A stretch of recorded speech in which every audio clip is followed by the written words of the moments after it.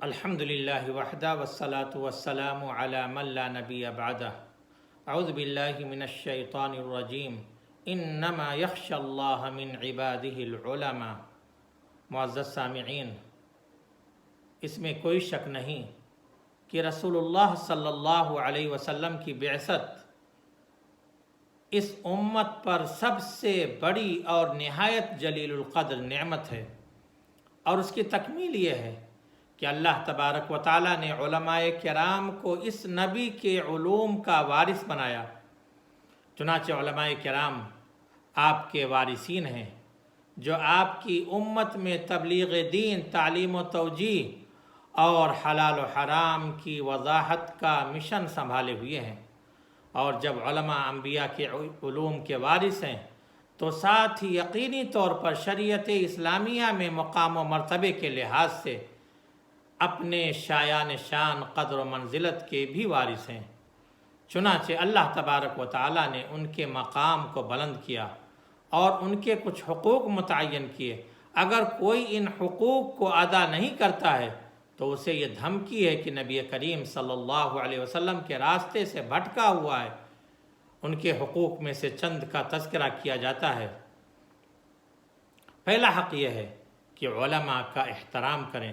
اللہ کے رسول صلی اللہ علیہ وسلم نے فرمایا، بوڑھے مسلمان کی تعظیم و تکریم کرنا، حامل قرآن کی تکریم کرنا جو نہ تو اس میں غلو کرنے والا ہو اور نہ اس پر عمل سے کنارہ کشی کرنے والا ہو، اسی طرح عادل بادشاہ کی تعظیم و تکریم کرنا اصل میں اللہ تبارک و تعالیٰ کی تعظیم و تکریم کرنا ہے۔ حضرت عبداللہ ابن عباس رضی اللہ تعالی عنہ نے اپنی جلالت شان کے باوجود حضرت زید بن ثابت رضی اللہ تعالی عنہ کی سواری کی نکیل تھامی اور کہا، ہاکذا امرنا ان نفعل بعلمائنا وکبرائنا، ہمیں اپنے علماء اور بڑوں کا ایسے ہی ادب بجا لانے کا حکم دیا گیا ہے۔ ان کے حقوق میں سے یہ بھی ہے کہ ان کے حقوق کو پہچانا جائے اور انہیں ادا کیا جائے۔ اللہ کے رسول صلی اللہ علیہ وسلم نے فرمایا، وہ میری امت میں سے نہیں جو اپنے بڑوں کی عزت و احترام نہ کرے، ہمارے چھوٹوں پر رحم نہ کرے، ہمارے علماء کا مقام و مرتبہ نہ پہچانے۔ ان کے حقوق میں سے یہ بھی ہے کہ درپیش مسائل میں علماء کی طرف رجوع کیا جائے۔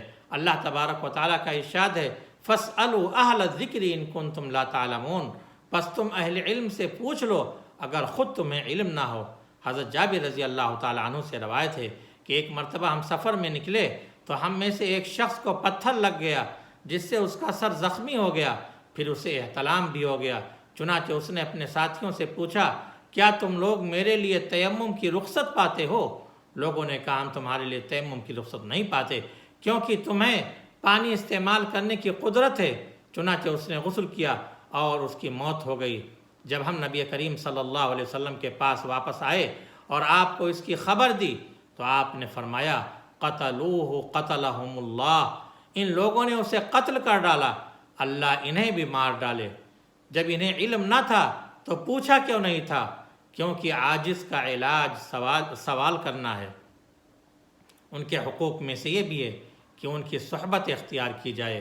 اللہ تبارک تعالیٰ فرماتا ہے، وَاصْبِرْ نَفْسَكَ مَعَ الَّذِينَ يَدْعُونَ رَبَّهُمْ بِالْغَدَاةِ وَالْعَشِيِّ يُرِيدُونَ وَجْهَهُ، اے نبی اپنے آپ کو ہمیشہ ان کے ساتھ رکھیے جو صبح و شام اپنے رب کا ذکر کرتے ہیں، اس کی رضا جوئی کے طلبگار رہتے ہیں۔ ان کے حقوق میں سے یہ بھی ہے کہ ان سے محبت کی جائے۔ اللہ کے رسول صلی اللہ علیہ وسلم نے فرمایا، ایمان کا جز اور اس کا مضبوط کڑا اللہ کے لیے محبت اور اس کے لیے دشمنی ہے۔ ان کے حقوق میں سے یہ بھی ہے کہ ان کی اطاعت کی جائے۔ اللہ تبارک و تعالیٰ کا ارشاد ہے، یا ایھا الذین آمنوا اطیعوا اللہ واطیعوا الرسول واولی الامر منکم، اے ایمان والو فرما برداری کرو اللہ کی اور فرما برداری کرو رسول کی، اور تم میں سے اختیار والوں کی۔ اولی الامر سے مراد علماء اور حکام ہیں۔ ان کے حقوق میں سے یہ بھی ہے کہ ان سے علم حاصل کیا جائے، ان سے گہری وابستگی رکھی جائے۔ علماء سے علم حاصل کرنے والے علم کے راہ کے رہنو کے لیے اللہ جنت کا راستہ آسان کر دیتا ہے۔ رسول اللہ صلی اللہ علیہ وسلم کا ارشاد ہے، من سلک طریقا یطلب فیہ علما سہل اللہ بہ طریقا من طرق الجنہ، جو علم کی تلاش میں کوئی راستہ چلے گا اللہ اس کے ذریعے جنت کا راستہ آسان کر دے گا۔ ان کے حقوق میں سے یہ بھی ہے کہ ان کی برائی اور عیب جوئی سے بچا جائے۔ علماء کی برائی اور ان کی شان میں گستاخی یہ اہل زیغ و ضلال کا شیوا ہے، کیونکہ علماء پر طعنہ زنی اس دین اور دعوت پر طعنہ زنی ہے جس کے وہ علم بردار ہیں۔ علماء پر طعنہ زنی حرام ہے، کیونکہ علماء بھی مسلمانوں میں سے، اور رسول اللہ صلی اللہ علیہ وسلم کا ارشاد ہے یقیناً تمہارے خون، تمہارے اموال، تمہاری آبرو تم پر ایسے حرام ہے جیسے آج کے دن کی حرمت اس مہینے اور شہر میں ہے، اور اس کی حرمت مزید بڑھ جاتی ہے کیونکہ یہ دین میں طعنہ زنی کو مستلزم ہے۔ علماء کی برائی کرنا ان کو اذیت دینا ہے، اور علماء کو اذیت دینا اللہ کے نیک بندوں کو تکلیف دینا ہے، اور یہ نہایت خطرناک ہے، کیونکہ حدیث قدسی ہے من آذی لی ولیا فقد آذنتہ بالحرب، جو میرے کسی ولی سے دشمنی کرے گا اس سے میرا اعلان جنگ ہے۔ علماء کے حقوق میں سے یہ بھی ہے کہ علماء کے لیے عذر تلاش کیا جائے، چونکہ علماء امت محمدیہ کے بہترین طبقہ ہیں، اس لیے ضروری ہے کہ ان کے لیے عذر تلاشا جائے، ان کے ساتھ حسن ظن رکھا جائے۔ حضرت ابو قلابہ فرماتے ہیں جب تمہیں اپنے بھائی کی طرف سے کوئی تکلیف دہ بات پہنچے تو اس کے لیے عذر تلاش کرو، اگر کوئی عذر نہ مل سکے تو کہو شاید کوئی عذر رہا ہوگا۔ علماء کے حقوق میں سے یہ بھی ہے کہ علماء کی لغزشوں سے بچا جائے اور ان پر حکم لگانے میں انصاف سے کام لیا جائے۔ اگر یہ لغزش لوگوں پر اثر انداز نہ ہونے والی ہو تو اس کی پردہ پوشی اور اس کی لغزشوں کو درگزر کرنا چاہیے۔ اللہ کے رسول صلی اللہ علیہ وسلم نے فرمایا اقیلوا ذوی الہیئات عثراتہم الا الحدود، نیکوکاروں کی لغزشوں کو نظر انداز کرو سوائے حدود سے، اس سے کوئی لغزش ہو جائے تو اسے نصیحت کی جائے۔ اللہ کے رسول صلی اللہ علیہ وسلم کا ارشاد ہے الدین النصیحہ، دین خیرخواہی کا نام ہے۔ ہم نے عرض کیا اللہ کے رسول کس کے لیے؟ فرمایا اللہ کے لیے، اس کی کتاب کے لیے، اس کے رسول کے لیے، اور مسلمانوں کے لیے، مسلمانوں کے اماموں اور عام لوگوں کے لیے، اور مسلمانوں کے اماموں میں علماء بھی داخل ہیں۔ علماء کے حقوق میں سے یہ بھی ہے کہ علماء پر اعتراض کرنے میں جلد بازی سے کام نہ لیا جائے، جلد بازی سے اجتناب کیا جائے۔ اس کی سب سے بڑی دلیل اللہ کے رسول صلی اللہ علیہ وسلم کے ساتھ آپ کے صحابہ کا واقعہ ہے جو صلح حدیبیہ کے روز قریش کے ساتھ صلح نامہ لکھے جانے کے بعد پیش آیا۔ اس صلح سے صحابہ کو بڑا ملال ہوا اور انہوں نے نبی کریم صلی اللہ علیہ وسلم پر اعتراض بھی کیا۔ علماء کے حقوق میں سے یہ بھی ہے کہ ان سے نرم لہجے میں بات کیا جائے۔ اللہ کے رسول صلی اللہ علیہ وسلم کا ارشاد ہے ان الرفق لا يكون في شيء الا زانه ولا ينزع من شيء الا شانه، نرمی جس چیز میں بھی ہوگی اسے زینت بخشے گی، اور جس چیز سے نکال دیا جائے گا وہ اسے بدنما کر دے گی۔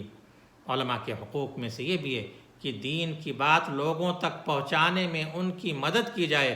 اللہ تبارک و تعالیٰ کا ارشاد ہے وَتَعَاوَنُوا عَلَى الْبِرِّ وَالتَّقْوَى، نیکی اور پرہیزگاری کے کاموں میں ایک دوسرے کی مدد کیا کرو۔